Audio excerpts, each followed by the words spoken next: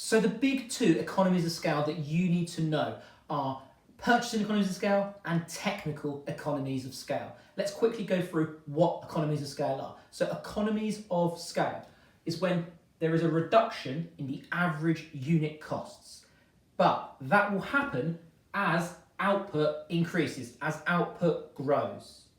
And at the same time, this likely means the size or the scale of the business has increased. So let's go through purchasing economies of scale. So purchasing economies of scale is when, as the business grows, output grows, output increases. Therefore, the business will buy more raw materials or components from the supplier. And because they're buying more raw materials or components from their supplier, they're able to negotiate a better deal.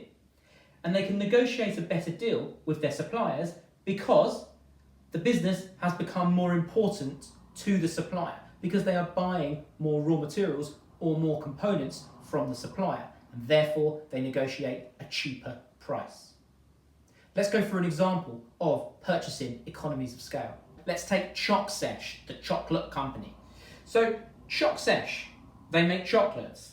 They need to buy cocoa from their supplier. Let's take an example of when they're a small business and then as the business grows. When they're a small business, they buy 3 tons of cocoa from their supplier.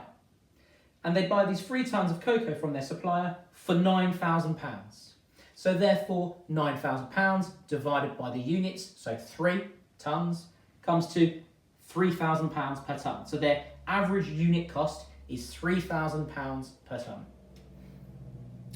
As the business moves from a small business to a larger business, and therefore it's grown, its output is increasing, it's now able to buy 9 tonnes of cocoa for £18,000. But it's paying a large amount now, £18,000. However, that, when you measure it as the average unit cost, is lower, because £18,000 divided by 9 is £2,000. So the average unit cost is £2,000 per tonne. It used to be £3,000 per tonne.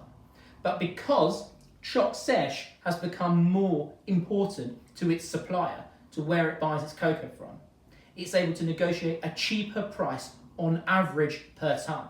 And in this case, it's now paying £2,000 per tonne. So when it buys 9 tonnes, £18,000 is the price it's paying as its total costs. Average unit costs have therefore reduced by £1,000 per tonne. This is an example of an increase in efficiency. So it's very likely purchasing economies of scale will lead to an increase in efficiency, because less inputs are needed to achieve the same output, so there's less waste. The waste in this case is cash. Other things to think about when you're thinking about purchasing economies of scale. As output increases, as we said before, you're likely to have more negotiating power. But you might be able to use your negotiating power beyond just the average unit cost. You might be able to also negotiate delivery times that favour you. You might be able to negotiate longer trade credit. And if you negotiate longer trade credit, it's likely to mean that you're going to have a higher cash flow, because you're not having to pay out the cash as quickly to your supplier. So I hope that helps with purchasing economies of scale. Now let's look at technical economies of scale. So technical economies of scale. Technical economies of scale mean as the business grows, it's likely to mean they have more finances or availability of finance. That could be in the form of debt or equity. For more information on debt and equity, click the card up there. So as the business grows, they have more finances or availability to finance. And therefore, they're able to buy more quantity or quality of capital. Capital being machines or robots or vehicles. So as they grow, they get more finances and they're able to buy a better quality or more quantity of capital. And because they buy this extra capital, it's going to mean their productivity is likely to increase. And as your productivity increases, your average unit costs are likely to fall. Remember, productivity when productivity is increasing, it means the ratio of output from the same input has increased. The ratio of output, so what you get at the end, has increased from putting exactly the same amount in. So an example of technical economies of scale. Let's look at Sesh. So Sesh is able to buy a new chocolate moulding machine. Before, 3,000 chocolates were moulded in 10 hours.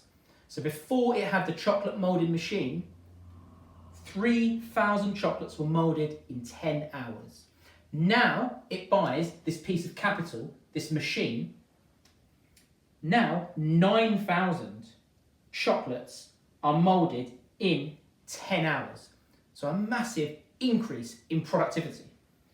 But also it means that because the cost per chocolate moulded has fallen, therefore the average unit costs have fallen. So you're getting economies of scale in the form of technical economies of scale. Other things to be aware of with respect to technical economies of scale.